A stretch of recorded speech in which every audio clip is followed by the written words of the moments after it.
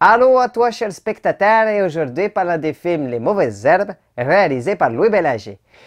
L'histoire, c'est celle de Jacques, qui est un comédien de théâtre qui va devoir fuir à la ville de Montréal parce qu'il est poursuivi par créanciers à qui il doit beaucoup d'argent. Et dans la toundra québécoise, il va se perdre et va rencontrer Simon, qui va lui proposer, enfin même, qui va plutôt le contraindre de lui filer un coup de main pour sa plantation de bœufs, sinon il le dénonce.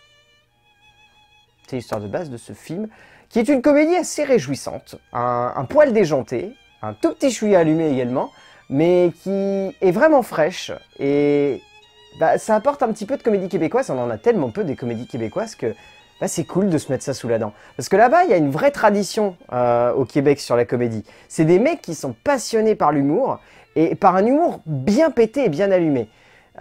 Et malheureusement, on n'a pas beaucoup de ces comédies-là à se mettre sous la dent, et c'est un petit peu dommage, parce que quand on voit la qualité d'écriture et de composition qu'offrent les comédies québécoises, si on s'y intéresse un petit peu, il y a quand même un vrai gros terreau à apprivoiser dans lequel on a envie de se plonger, parce que vraiment, ils font des comédies hilarantes, et Les Mauvaises Herbes, c'est pile là-dedans.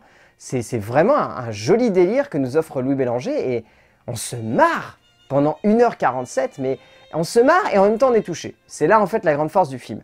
C'est la grande force du film parce que au niveau de l'écriture, Alexis Martin et Louis Bélanger, ils ont composé une très belle narration et dramaturgie qui réside sur un très beau mélange entre drame et comédie.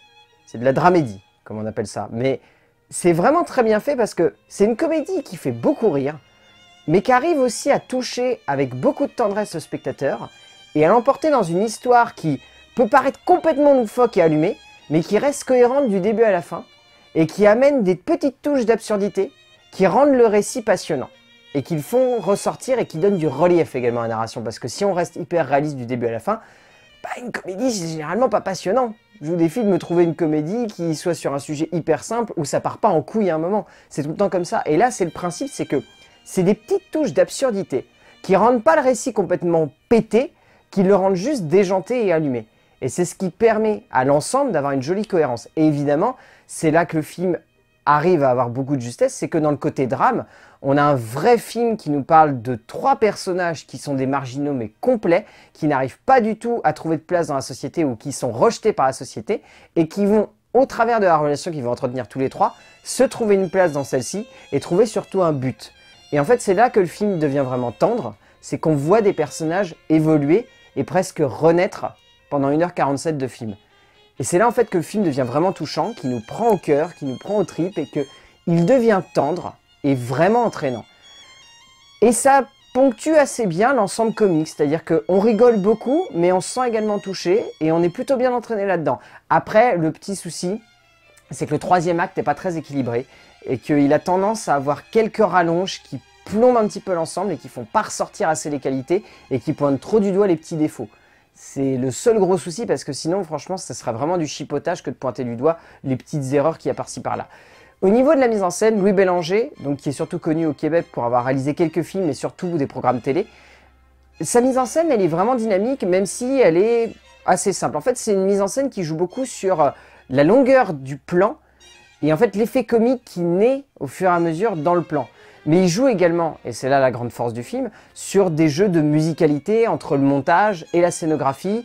Il joue également avec pas mal d'effets de lumière. Il y a vraiment un joli jeu de mise en scène qui n'est pas forcément extraordinaire ou qui ne va pas exploser aux yeux du spectateur dans le genre « Waouh, c'est ouf, ce mec-là, il fait des plans de dingue !» C'est plus une mise en scène qui laisse place à l'humour de manière vraiment loufoque et décalée. Voilà, on est encore dans cette idée de loufoque et de décalé. Il y a une séquence, par exemple, où il y a un personnage qui va mourir sur le lac qui est en face de la maison de Simon. Et bien cette séquence, elle est montée au début comme quelque chose de dramatique, et d'un seul coup ça revient vers le comique, et c'est vraiment excellent parce qu'on s'y attend presque pas, quoi. On sent le côté comique qui va arriver, mais la manière avec laquelle c'est amené, c'est vraiment très intelligent. Et puis il y a un jeu avec les dialogues, il y a un jeu avec le rapport qu'entretiennent les personnages, il y a un côté très loufoque sur le fait que chacun des personnages ont des attentes différentes les uns des autres. Jacques et Simon, ils attendent forcément de partager des choses, mais la manière avec laquelle on voit la relation évoluer, on ne s'attend pas forcément à ce qu'elle évolue dans cette direction-là. Puis quand le personnage de Francesca arrive, ça redynamise le duo, et ça permet de créer un trio. Enfin, il y a vraiment cette idée de prendre ces 3 personnages, et de jouer avec leur position qu'ils vont entretenir au sein de ce groupe, et de faire ressortir justement le côté complètement pété de la relation que ces trois personnages vont devoir avoir les uns avec les autres dans un moment où ils n'auraient jamais dû se rencontrer. Et ça apporte vraiment beaucoup de joie. Enfin, c'est un film qui transmet du rire, qui transmet du sourire, qui transmet de la joie de vivre. Et malgré la dernière tonalité du film, qui est quand même extrêmement dramatique, le film arrive à garder cette note de joie de vivre du début à la fin. On est touché et on est entraîné par ces personnages et on est surtout attendri par ce qu'ils deviennent. Et si ça marche, c'est parce que le trio de tête était vraiment excellent. Alors au niveau du rôle secondaire, Luc Picard est juste à mourir de rire dans le rôle du méchant. Il est vraiment excellent, il en fait des caisses et cet acteur-là, il a un talent monumental. Il est hyper connu au Québec et si vous voyez sa tête à l'écran, vous allez forcément le reconnaître. Mais sinon, au niveau des trois acteurs principaux, Alexis Martin, Gilles Renaud et Emmanuel Lussier-Martinez, les trois sont vraiment bons quoi. Emmanuel, elle a une dynamique de jeu qui est hyper speed, hyper énergique. Gilles Renaud, il a plus un jeu très posé, très calme. Et Alexis Martin, il est dans le côté très hors du temps, il est complètement en décalage avec son époque. Enfin, les trois sont vraiment excellents.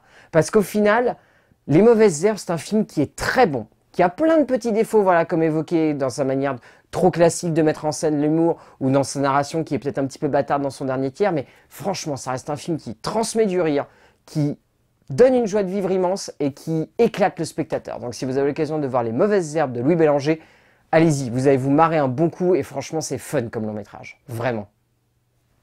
À plus!